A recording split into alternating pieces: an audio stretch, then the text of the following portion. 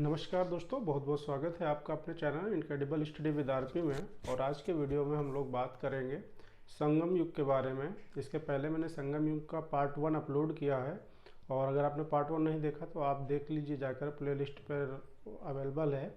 और यहाँ पर हम लोग जो है इसके पार्ट 2 के बारे में देखेंगे। चलिए बिना समय बर्बाद किए हुए स्टार्ट करते हैं। पहला आप देख रहे हैं दोस्तों, ये इलांगोकृत शिल्पाधिकारम, पायलों का गीत, उत्कृष्ट रचना, तमिल जनता में राष्ट्रीय काव्य के रूप में जानी जाती है। इसमें देखिए हम लोग इम्पोर्टेंट फैक्ट देख रहे हैं। बहुत ज़्यादा टाइम नहीं वेस्ट करके सीधा टू द पॉइंट फैक्ट में बात करते हैं। यानी पहली चीज़ आपको ये ध्यान देना है कि जो शिल्पाधिकारम है, तो शिल्पाधिकारम किसकी रचना है? तो ये इलांगोकृत है। तो शिल्पाधिकारम दोस्तों किसकी रचना है? इलांगोकृत हो गई। ठीक है, इलांगो राइटर है एक तरह से, आप ये ध्यान रखिएगा। ठीक है, इसको जो है ये काफ़ी उत्कृष्ट रचना यानी काफ़ी अच्छी रचना मानी जाती है, तो इसलिए इसको तमिल जनता में राष्ट्रीय काव्य के रूप में जाना जाता है। तो तमिल जनता जो है इसको राष्ट्रीय काव्य के रूप में जानती है। ठीक है, इसके बाद दोस्तों देखते हैं कणादि माधवी की प्रेम कहानी। और ये जो शिल्पाधिकारम है इसमें कणाद और माधवी की जो है प्रेम कहानी का वर्णन किया गया है, यानी कणाद और माधवी की लव स्टोरी इसमें दी गई है। नेक्स्ट है शीतलय सत्यनार ने मणिमैकले की रचना की। तो शीतलय सत्यनार ने किसकी रचना की? मणिमैकले की रचना की। ठीक, ये दूसरा पॉइंट हो गया। ठीक, जीवक चिंतामणि तिरुंतक देवर ने की। तो जीवक चिंतामणि ने किसकी रचना करी?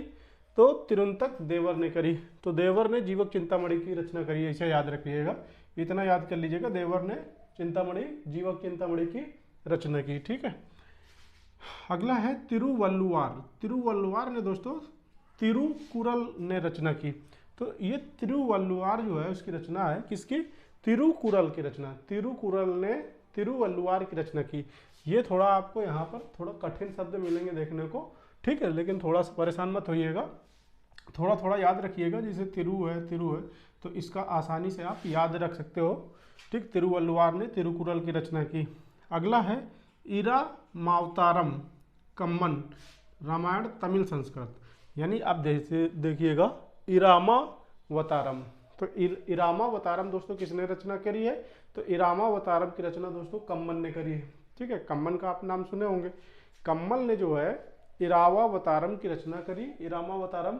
और ये हम लोग साधारण जो है रामायण के नाम से जानते हैं, और इसका जो है जो रामायण है उसी को तमिल में इन्होंने अनुवाद करके बनाया है। ठीक है, तो किसने? कम्मन ने रामायण तमिल संस्करण में, यानी रामायण का तमिल भाषा में अनुवाद करके इरामावतारम की रचना करी है। ठीक, अगला देखते हैं।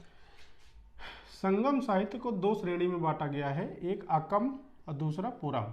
तो ये पॉइंट भी आप याद रखिएगा कि संगम साहित्य को कितने भागों में बांटा गया है, यानी संगम साहित्य को 2 श्रेणी में बांटा गया है, एक अकम और दूसरा पुरम। अकम में आपको लव स्टोरीज के बारे में वर्णन मिलता है, और आपका जो परम है, परम में दोस्तों युद्ध के बारे में जानकारी मिलती है। ठीक है, अगला देख लेते हैं। चोर चेर पांडे का विवरण संगम साहित्य में मिलता है। तो ये तो काफी इंपॉर्टेंट फैक्ट है कि चोर चेर पांड्यास का वर्णन हमें कि कहाँ पर देखने को मिलता है? तो वो संगम लिटरेचर में हमें देखने को मिलता है।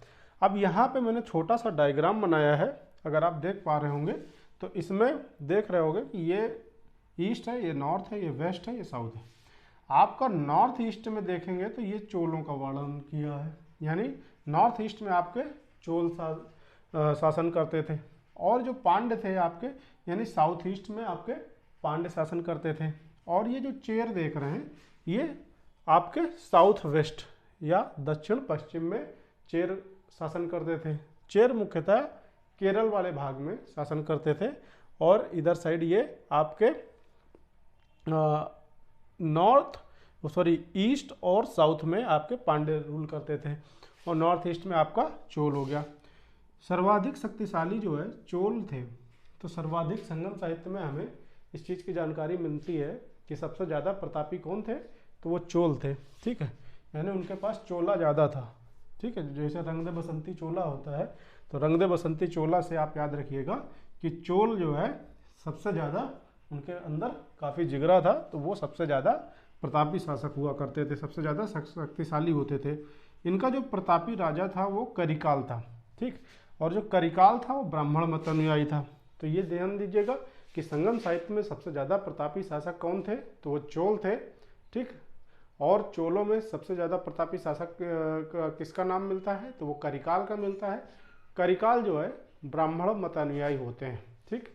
आगे आपको इसमें देखेंगे कि सबसे ज़्यादा, अगर आपको संगम साहित्य में तमिल में आप देखेंगे तो ब्राह्मणों को जो है सर्वाधिक पूजा जाता था, ठीक है। उनको अगर उनके कोई हत्या कर देता था तो सबसे बड़ा पाप माना जाता था और उसको सबसे बड़ी सजा दी जाती थी, ठीक।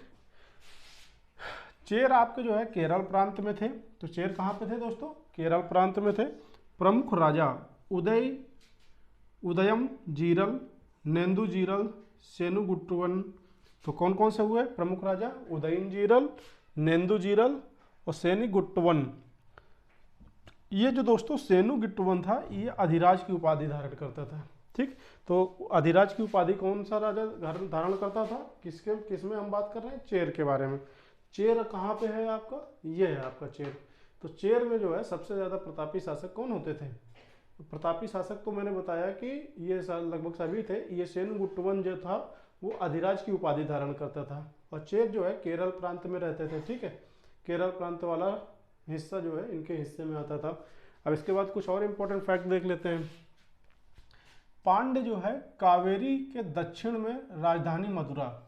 तो पांड्य कहाँ पर शासन करते थे, तो आपका ये वाला हिस्सा देखेंगे तो यहीं पर दक्षिण भारत में आप कावेरी नदी का वर्णन देखते हैं। तो कावेरी के दक्षिण वाले भाग में जो है पांड्य शासन करते थे और इनकी जो है राजधानी कौन सी थी, तो इन्होंने राजधानी मदुरा बनाई थी। इसमें जो है पांड्यों का जो सबसे शक्तिशाली राजा हमें देखने को मिलता है वो नेंडुजेलियन है। तो सबसे ज़्यादा प्रतापी शासक पांड्यों का अगर हमें बात करें तो कौन मिलता है, नेंडुजेलियन है दोस्तों, ठीक है। संगम युग में मंत्री को क्या कहा जाता था, ये कुछ वोकैब्स दे रखी हैं, या कह सकते हो कि इसमें प्रमुख प्रमुख चीज़ें हम लोग देखेंगे। उस समय व्यवस्था क्या थी, संगम युग में जो मंत्री को कहा जाता था अमायचान कहा जाता था, ठीक है। अमायचन कहा जाता था और कहीं कहीं पर अमायचर भी लिखा हुआ है कि संगम युग में जो मंत्री होता था उसे अमायचन या अमायचर कहा जाता था। राज्यसभा जो संगम युग में राज्यसभा होती थी तो उसको नालवे कहा जाता था। क्या कहा जाता था, नालवे। एक गाना आपने सुना होगा, तेरे नाल में ऐसे करके है, तो वो नालवे याद रखिएगा कि उस समय, आज के समय में जो नालवे को दिमाग में फिट करिएगा कि वो उस समय राज्यसभा थी। न्यायालय को मनरम कहा जाता था, ठीक। न्यायालय को क्या कहा जाता था, मनरम। चोरी के लिए मृत्युदंड दिया जाता था। अगर किसी ने कोई चोरी करी तो उसको सीधा सीधा मृत्युदंड निपटा देते थे, ठीक है। झूठी गवाही, अगर कोई झूठी गवाही देता था तो उसकी जीभ काट ली जाती थी कि अगली बार वो गवाही न दे पाए। जब जीभें नहीं रहेगी तो गवाही कैसे देगा, ऐसे कैसे करता रहेगा, है ना। भूमिकर 1/6 भाग लगभग, ठीक।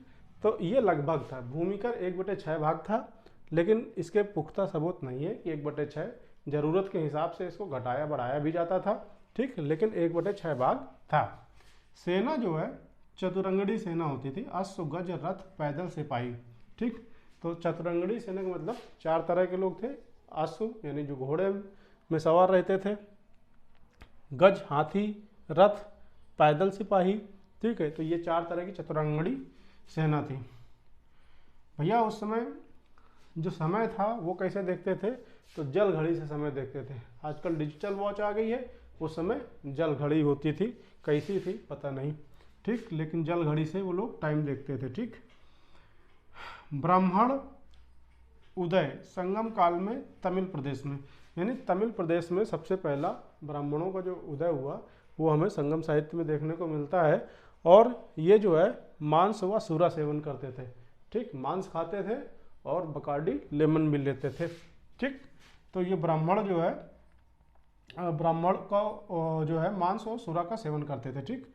ब्राह्मण हत्या सबसे बड़ा पाप माना गया है, ठीक। तो सबसे बड़ा पाप किसको माना जाता है, तो ब्राह्मण हत्या। हालांकि वो लोग थोड़ा सा रंगीन मिजाज के थे ब्राह्मण उस समय के, लेकिन फिर भी जो है ब्राह्मणों की हत्या सबसे बड़ा पाप था, ठीक। मांस व सूरा का भी सेवन किया करते थे, ये पॉइंट तो आपको याद हो गया होगा, ठीक। तो इस पार्ट में दोस्तों संगम युग के पार्ट 2 में इतना ही। इसमें प्रमुख रूप से हम आप इनकी रचनाएं देख लीजिएगा। इलांगो की शिल्पाधिकारम, शीतलस्त्रनार की मणिमेखले, जीवक चिंतामणि के देवर ने, तिरुवल्लुवार की तिरुकुरल ने, इरामावतारम कम्मन की रचना है। ठीक, संगम साहित्य 2 श्रेणी में पटा था, एक अकम एक पूरम। अकम में प्रेम प्रसंग हो गया, पूरम में युद्ध हो गया। चोर चेर पांड्य थे, ऊपर साइड चोल थे, नीचे साइड दोस्तों चेर थे। ठीक है, और इधर साइड आपके पांड्यास थे। सर्वाधिक शक्तिशाली जो पावरफुल होते थे, सबसे ज्यादा चोला होता था चोल के पास भाई सब।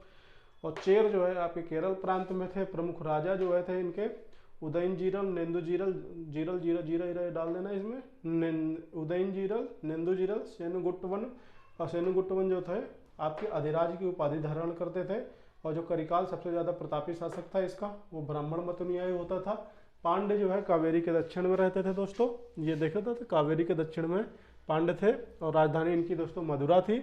सबसे शक्तिशाली राजा दोस्तों नेंडुजेलियन था, नेंडुजेलियन था। संगम युग में जो मंत्री थे अमाचान कहा जाता था। राज्यसभा नालवे होती थी, न्यायालय मनरम होता था, चोरी के लिए मृत्युदंड होते थे, झूठी गवाही देते थे, जीप काट देते थे भाई। भूमिकर 1/6 लगभग होता था। सेना चतुरंगणी होती थी। समय को भाई साहब जलघड़ी से देखते थे ये लोग। ब्राह्मण मांसूरा का सेवन करते थे। संगम काल में तमिल प्रदेश में ब्राह्मण हत्या सबसे बड़ा पाप था। इस वीडियो में इतना ही दोस्तों।